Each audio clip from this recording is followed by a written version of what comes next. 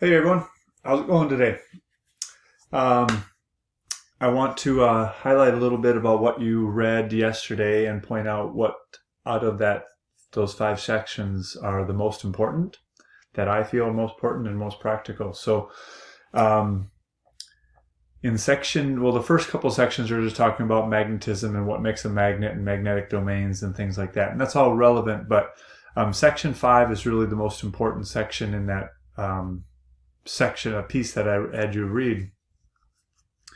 And what it talks about is if you have electric current going through a wire, okay, current going through a wire, it creates a magnetic field. Just the current going through a wire creates a magnetic field. Um, and the way I demonstrated that in class in the past, anyways, what I've done is draw a little picture here for you. I take a compass with a little compass needle. We'll have it like that, okay? And then what I do is I take a electric wire and I lay it on top of the compass like this. And then I come over here and I hook it up to a battery of some sort, okay?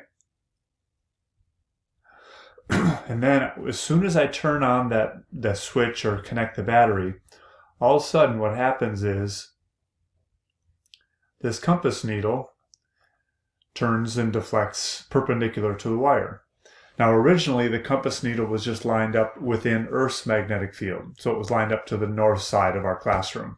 Okay? So what this shows is that the current going through this wire creates a magnetic field that's stronger than Earth's magnetic field, because a compass will line up in the strongest magnetic field that it's around. So if you had a compass just laying on your table, it's going to line up in Earth's magnetic field. And then you bring a magnet around it and you're going to cause that compass needle to deflect all over the place. So current going through a wire creates a magnetic field. So then what I would do is I would take, let me put this back, erase this here, okay? And let's say originally, go back to my original drawing here. Let's say originally the current was traveling that way, okay, and it caused it to deflect to the left. So then what I would do is I would reverse this. I would make this the negative pole and this the positive pole, so the current goes this way, okay? And guess what happens? The compass needle deflected that way. So what that shows you is not only does when current go through a wire, does it create a magnetic field, but changing the direction of the current changes the polarity of the magnetic field. So at one point, this would be the north side, and then the next time this would be the north side, etc.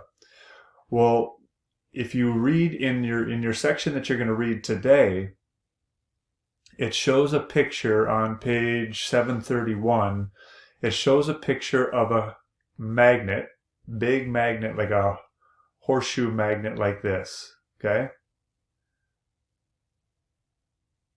This is a magnet. And then it takes a wire, a loop of wire, kind of like a compass kind of thing, but a loop of wire. I think it shows a rectangular one. Oh, it shows a little wire like in a thing like this. And it's on a shaft, so it can spin. And then there's wires that are coming off it like so, that hook up to a battery of some sort. Okay? So as soon as you hook up current into here, this is going to cause this wire to become a magnet, and this will be a north pole, and this will be let's say this is a north pole and a south pole. This north pole is going to get repelled by that north pole, so it's going to shoot over to this side. And this south pole will repel over here, and it's going to rotate over to that side. Then what happens in a little motor like this is like a Mach motor, so to speak, as soon as it gets halfway around, the polarity of your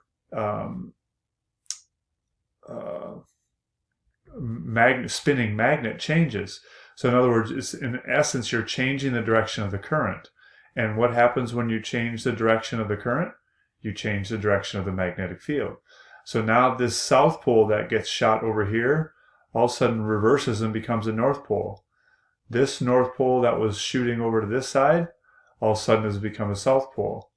And what do two south poles do to each other? They repel. And so it just keeps on spinning and spinning and spinning. But the trick is to be able to change this from positive to negative to negative to positive to positive to negative, etc. Change the direction of the current every half turn. And if you change the direction of the current, then you change the polarity of the magnetic field. It goes to north to north to north to north to north to north, etc. Okay?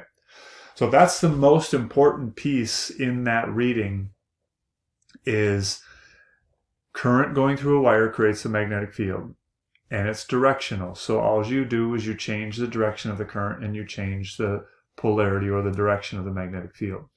You're going to learn, I think in today's little video, you're going to learn about something called the right-hand rule. And maybe I'll save the video for tomorrow to help explain that right-hand rule. Literally, where you take your right hand and this is the direction of the current and this is the direction of the magnetic field, etc. So we'll talk about that a little bit tomorrow. Pretty light day today, a few sections of reading. Make sure you do your reading. About eight or nine questions is all. And about only a 2-minute video of a crash course physics, but it's good, but really short. So, okay, hope you're doing well. And again, if you have any questions, hop on the discussion board and let me know. Otherwise, get those electric bills in. There's still a few of you that have not done that. Don't skip a 30-point test, okay? All right, have a good day.